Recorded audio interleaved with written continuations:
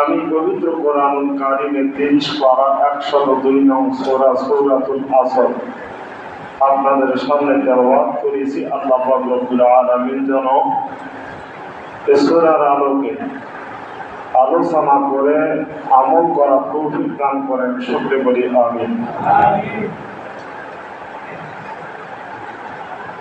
এই সূরাখানা মক্কায় অবতীর্ণ। পবিত্র কোরআনুল কারীমের 102 নং সূরা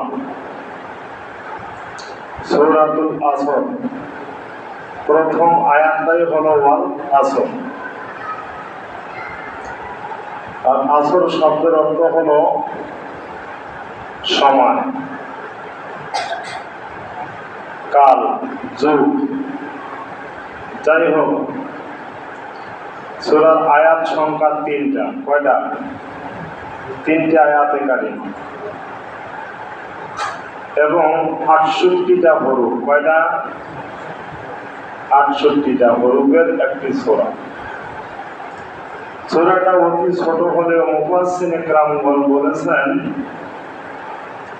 যে এই সূরাটার উপরে যদি কোনো আল্লাহর বান্দা আমল করে তার নাজাতের জন্য যথেষ্ট হয়ে যাবে। বলেন সুবহানাল্লাহ।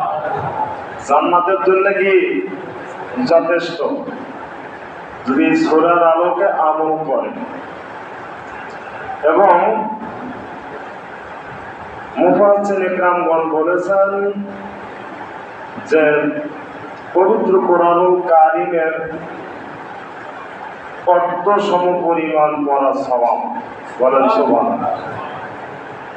তাহলে সূরাটার দাম কম না বেশি? বেশি। শুধু তাই নয়, আর একটা বিষয় খুশি হবেন, রাসূলুল্লাহ সাল্লাল্লাহু আলাইহি ওয়াসাল্লামের জামানায় সাহাবায়ে কেরাম, 2 সাহাবী একত্রিত হলে ওনারা সূরা আসর তেলাওয়াত না করে ফারেক হতেন না, মানে আলাদা হতেন। 2 সাহাবী একত্রিত হলে তারা এই বিদায় নেওয়ার পূর্বেই এই সূরাটা তেলাওয়াত করতেন। বলেন সুবহানাল্লাহ। এই সূরাটা কেন এত বেশি মূল্য, কেন এত বেশি দাম? এই সূরার মধ্যে, ছোট্ট সূরার মধ্যে আল্লাহ পাক রব্বুল আলামিন পবিত্র কোরআনুল কারীমের পরিপূর্ণ সারমর্ম ঢুকাই দিয়েছেন। বলেন সুবহানাল্লাহ। আল্লাহ পাক বলেন, ওয়াল আসর, আমি সময়ের কসম করে বলছি, যুগের কসম করে বলছি, কালের কসম করে বলছি। কোন মুফাসসিরিনে কেরামগণ বলেছেন আসরের সময়ের কসম করে বলছেন। ইন্নাল ইনসানা লাফি খুসর। আল্লাহ পাক বলেন, আমি সময়ের কসম করে বলতেছি, ইন্নাল ইনসানা লাফি খুসর, মানবগুলো ক্ষতিগ্রস্তর মধ্যে আছে। ইনসান মানে মানুষ, মানুষগুলো কিসে আছে? ক্ষতিগ্রস্তর মধ্যে নিমজ্জিত আছে। এখন আল্লাহ পাক এই জায়গায় সময়ের কসম কেন খাইলেন? এটা কোন সময়? মানুষ দুনিয়াতে আসার পরে দুনিয়ার থেকে বিদায় হয়ে যায়, এই আসা যাওয়ার মধ্যে যে হায়াতটা আছে, আপনার আমার 50, 60, 70, 80 বছর, 100 বছর যাই হোক না কেন, এই যে আয়ুটার সময়টা, এই সময়টার কসম করে আল্লাহ বলছেন, মুফাসসিরিনে কেরামগণ বলেছেন, এই হায়াত জিন্দেগিটার কসম করে বলছে, ইন্নাল ইনসানা লাফি খুসর, মানবগুলো ক্ষতিগ্রস্তর মধ্যে আছে। অতএব আল্লাহ বাদ দিয়া, আল্লাহ রাসূল বাদ দিয়া অন্য রাস্তায় চলাফেরা করতেছে। আছে না নাই? আল্লাহ রাসূল নাই, ইসলামের বিরোধিতা করতেছি, দ্বীনের বিরোধিতা করতেছি, ঈমান আমাদের ঠিক নাই, পরিপূর্ণ ঈমান নাই। এই জন্য আল্লাহ পাক বলছেন, ইন্নাল ইনসানা লাফি খুসর, মানবগুলো ক্ষতিগ্রস্তর মধ্যে নিমজ্জিত আছে। ব্যাপক আলোচনা সংক্ষেপ করে দেয়। এরপরে 3 নম্বর আয়াতের নামে আল্লাহ পাক বলেন ইল্লাল্লাযীনা আমানু ওয়া আমিলুস সালিহাতি ওয়া তাওয়াসাউ বিল হাক্কি ওয়া তাওয়াসাউ বিস সাবর। আল্লাহ পাক বলেন তারা নয়, তারা ক্ষতিগ্রস্ত নয় যারা ঈমান এনেছে। কি আছে? ঈমান।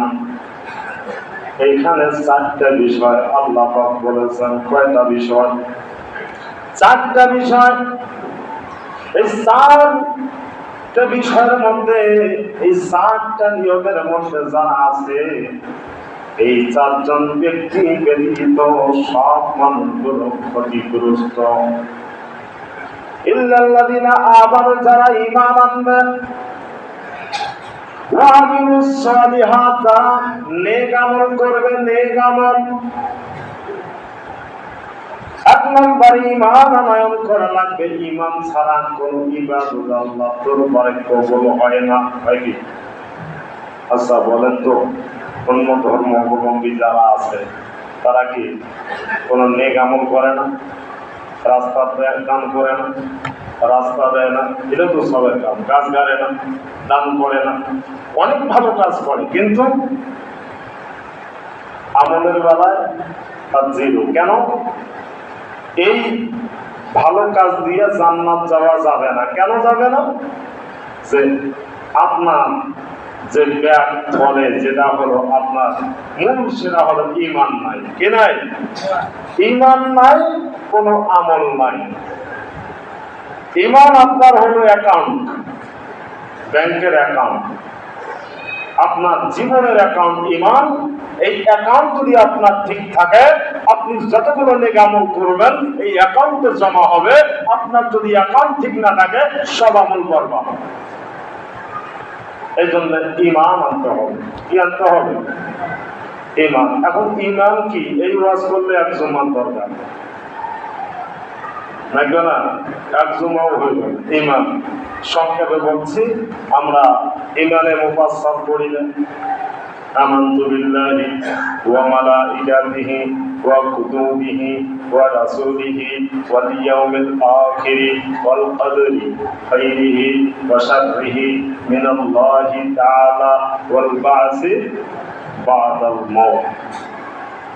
আল্লাহর প্রতি ঈমান আনা লাগবে, নবীর প্রতি ঈমান আনা লাগবে, কিতাব সমূহের প্রতি ঈমান আনা লাগবে, ফেরেশতাদের উপরে ঈমান আনা লাগবে।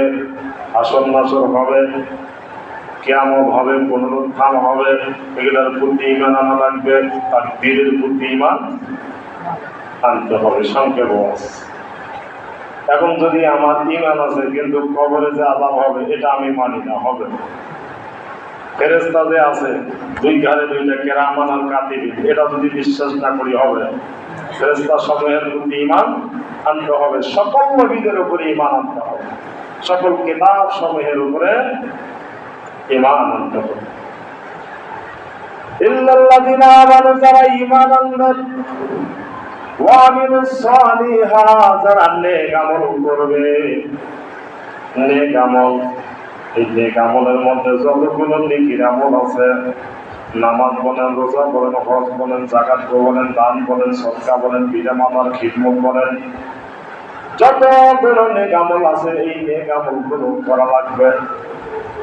আর 3 নম্বরে আল্লাহ বলেন ওয়াতাওয়াসাউ বিল হক, মানুষকে সত্যের উপরে রাখতে হবে, ইসলামের উপরে রাখতে হবে, দ্বীনের উপরে রাখতে হবে। দ্বীনের পথে থাকা বন্ধ হয়ে যাবে, ইসলাম বন্ধ হবে। হকের পথে দাওয়াত বন্ধ হবে, ইসলামের দাওয়াত বন্ধ হয়ে যাবে, মানুষ গোমরাহ হয়ে যাবে। এই জন্য আমাদের প্রতিটা মুসলমানের দায়িত্ব হলো যে আমরা মানুষকে দ্বীনের পথে ডাকবো। একটা হাদিসে আছে, আপনি নামাজে আসার সময় 3 জনকে দাওয়াত দিবেন। কয়জন? 3 জন। আপনার নামাজ কবুল হোক আর না হোক, আপনি একটা কবুলিয়তি নামাজের সব পাবেন। দেখছেন? আল্লাহ নবী বলেন বাল্লিগু আন্নী ওয়ালাউ আয়াতান, তোমার কাছে যদি একটা আয়াত থাকে পৌঁছিয়ে দাও। হঠাৎ করে ডাকতে হবে ওয়াতাওয়াসাউ বিস-সাবর, আর হলো ধৈর্য ধারণ করা লাগবে। কি করা লাগবে? ধৈর্য থাকতে হবে, অধৈর্য হওয়া যাবে না। কয়েকদিন বৃষ্টি নাই, একজনে খালি কয়েছে পাবে বাপ, কতদিন দিবে আল্লাহ বৃষ্টি? আল্লাহ কি দেখে না? অধৈর্য হয় না, অধৈর্য হওয়া যাবে না, আল্লাহ দিবে। কালকে আমি গেছিলাম ধারবাড়ি, একটা মিলাদ মাহফিল ছিল, তা আত্রাই নদী কানায় কানায় ভরে গেছে, এত পানি। আবার আসার পথে দেখি এক হাঁটু নাই, লোককে পার হয়েছে। তা যাই হোক, আল্লাহ দিতে পারে কিনা, ধৈর্য ধরতে হবে, তাহলে আল্লাহ আপনাকে ফসল দিবে। অধৈর্য হলে পাওয়া যাবে। আল্লাহ পাক সকলকে বোঝার আমল করার তৌফিক দান করুন, সকলে বলি আমিন। তাহলে এই চারটা শ্রেণীর মধ্যে যারা আছে, 1 নম্বর হলো ঈমান, 2 নম্বর হলো নেক আমল, 3 নম্বর হলো হকের পথে আহ্বান, হকের পথে ডাকতে হবে, ওয়াতাওয়াসাউ বিস-সাবর, ধৈর্য ধারণ করতে হবে। আল্লাহ পাক সকলকে বোঝার আমল করার তৌফিক দান করুন, সকলে বলি আমিন।